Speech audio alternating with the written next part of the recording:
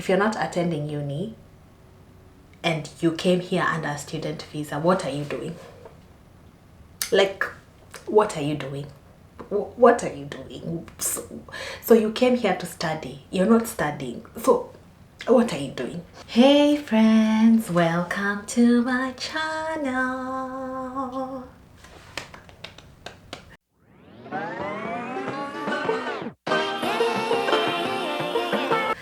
How are you guys doing? How is everything going for you? How is November going for you? Are you planning to take good deals on the Black Friday? Or is it like a Black November month for you? Whatever it is, please make sure you buy yourself something nice during this festive season where there's amazing deals. I am well, I am doing well, and yeah, here I am today having a chat with you, which always fills my heart with so much joy.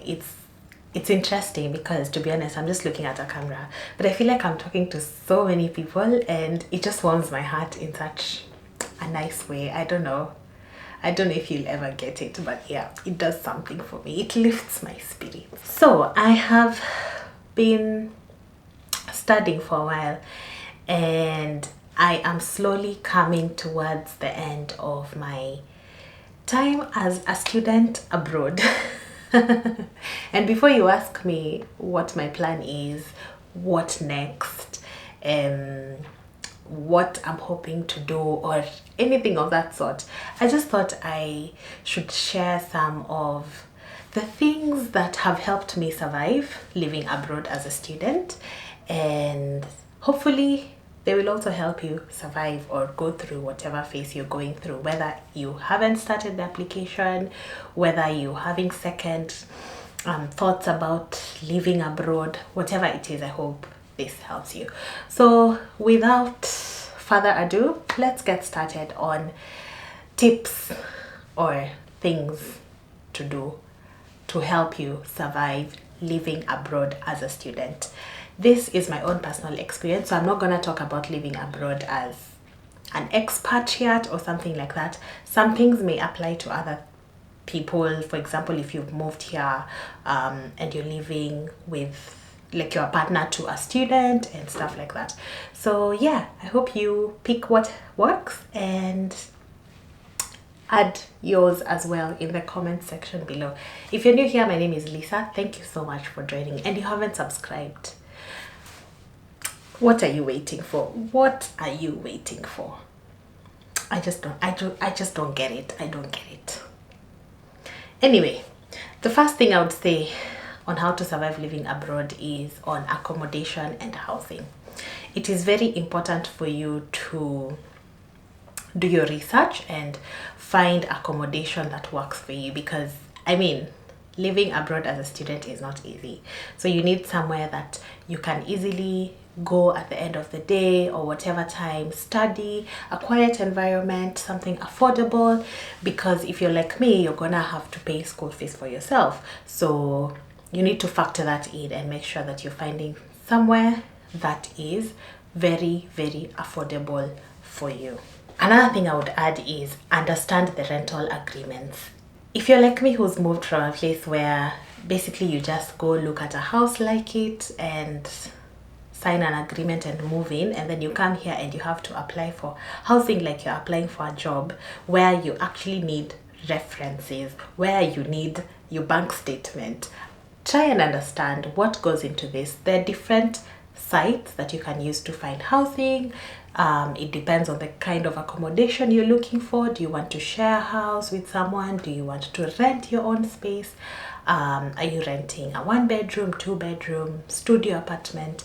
So factor all these things and see how much you can set aside every week. Where I live, rent is paid on a weekly basis, so you need to factor that in and see, this is how much I have, this is how much I need for rent. Am I gonna be able to make sure that I pay my rent in good time? If you're not so sure, the best thing is obviously look for like uni dorms or uni hostels. So when you're making your application, they always say you start looking for accommodation or uni hostels early, because they go like this. they're hotcake. So for you to make sure that you actually have accommodation if you're moving and you don't know anyone, the best thing probably is get started with your hostel, your uni hostel, and then from there, once you know like your surroundings, then you can always like look for what you like. Or if you're making good money, then why not? Another major tip on surviving abroad is finance or financial management. So like people always assume that you'll move abroad and you'll get a job like this, but then it doesn't always happen. If it happens, good on you, good on you. I am very fortunate that once I moved abroad, I was able to secure a job almost as soon as I settled, and I'm very grateful for that. But that is not the case for everyone. So once you secure your job, you need to plan your expenses. Before you even secure a job, make sure you've opened a bank account. Make sure you have applied for your tax file number. Make sure you're ready, so that even as you make your applications and you're called for an interview and you're told what's your tax file number, you have it. And you're asked what is your bank account, you have it. Don't wait until you have a job to do these things. Another thing is you will obviously need to budget.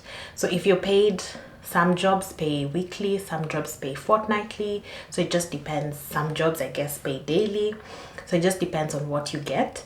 But make sure you're budgeting. So if you're getting say a weekly pay or fortnightly pay, make sure you know. So for example, if you're getting paid say 500 per week, you know how much do I need for food, how much do I need to save, how much do I need for just personal effects, and how much do I need to pay for my school fees. So for example, if you decide you're paying $50 per week, how much will that get you by the time school fees is needed for the second semester and stuff like that. I would also add, if you are able to get a scholarship from your uni, whether it's through, usually like for me, I got 2 scholarships. So I got the first one where the uni always gives like a 20% off for 20% scholarship or discount for new students or new international students. So I got that. And then because I started during COVID times, I also got like a scholarship for COVID times. I forget what the name was. Some unis offer, like if you maintain a certain GPA score, you get a scholarship every semester, which can actually come in handy. So instead of paying say 10,000 per semester, you'll realize that you pay maybe 7,000, which actually goes a long way. Because even that 500, let me tell you, 500 off makes such a huge difference. So if you can get a scholarship, if you can secure a scholarship, please do. That will go a really, really long way for you. Health and wellness. Healthcare abroad, I don't want to say it's a scam, but as a foreigner, it is totally different. The fact that I was actually watching a TikTok this morning of a nurse who's in the UK. He's a Kenyan nurse, but he's in the UK working as a nurse. And he was talking about how he was sick and how the UK system, like you have to call a GP and book an appointment. And he was sick on, was it like a Thursday night? And then they were telling him the next available appointment was for the following Friday, not even Friday the next day, the following Friday. And I was like, what if you die? What if you die? To be honest, I feel like, and I've seen this on someone else who also lives abroad, and they're talking about their own experience on their Instagram story. And I was like, in as much as the healthcare system back home is not the best, some things when you do a comparison, you're just like, I mean, if you go to Kenya and you go to a hospital in Kenya, you'll actually get treatment sometimes faster than abroad, where you have to call, make an appointment with a GP, or go to a public hospital and spend so much money as a foreigner, because the charges are not something to joke with. So if you can maintain a healthy lifestyle, or try your best try your best to stay healthy. I know it's not always possible. I mean, I've gotten COVID, but thankfully it hasn't like affected me in such a way that I have to go to be admitted or go to hospital and stuff like that, which I am grateful for. So whatever you can do to make sure that you remain healthy, whether it's eating healthy foods, exercising, whatever, try your level best. But because you're also not in control sometimes of your health, because with COVID and every other viral disease, sometimes it's hard. Please make sure you have insurance. Please make sure you secure medical insurance. I'm not so sure if this applies everywhere, but I know it applies to unis in Australia, where they require you, as you're making your payment for the first semester of your school fees, you also make payment for medical insurance for the whole maybe 2 or 4 years that you be in uni. So if you're in uni for whatever, if you're studying a diploma, I think it's 2 years. So for the 2 years or 4 years, if it's an undergrad, or 2 years or whatever, you're required to pay the full amount for the insurance. So that at least helps, because the insurance usually covers at least half or even sometimes more of your bill if you go to hospital or have any procedure done. So that at least helps. If you're abroad in another place, please just make sure you have insurance, because I don't know how that works. Now, you have to make sure that you're actually doing what brought you here. So if you came here as a student, you have to make sure that you are studying for the duration that your visa is for, to make sure you're not on the wrong side of the law, because you have to do what brought you here. So because you've come abroad as a student, you have to make sure that you're attending your classes, that you are passing your units, and that you are submitting your assignments in good time. Because sometimes this, you may not know this, but behind the scenes, some unis actually submit attendance to the immigration department, which if you're not attending uni and you came here under a student visa, what are you doing? Like, what are you doing? What are you doing? So you came here to study, you're not studying, so what are you doing? And some people have actually found themselves on the wrong side of the law, and let me tell you, it is not a joke. Like, if you find yourself on the wrong side of the law abroad, it is not easy to come out of it. So before you even find yourself on the wrong side, just do the right thing. Just try and attend your classes, try and maintain good relationships with your lecturers, try participate in things that you may not like want to, but sometimes such small things make such a huge difference in how even a lecturer looks at you. And sometimes you never know, they might even recommend you for a job. Who knows? So please make sure your academic success is top notch. And may I add, you don't need to be a genius, so you can do this. Surviving abroad as a student requires at least that you get a job. You will need at least to pay for your accommodation, your food, because you can't depend on your parents for everything. Yes, your parents brought you here or sent you here, but are they going to cater to your everything? So you will need a job to survive. A part-time job, something you can do a few hours. And so it's upon you to understand your requirements as a student and how many hours you can work. In Australia, as a student, you can work a maximum of 48 hours a fortnight. In Canada, I think it's 20 hours a week.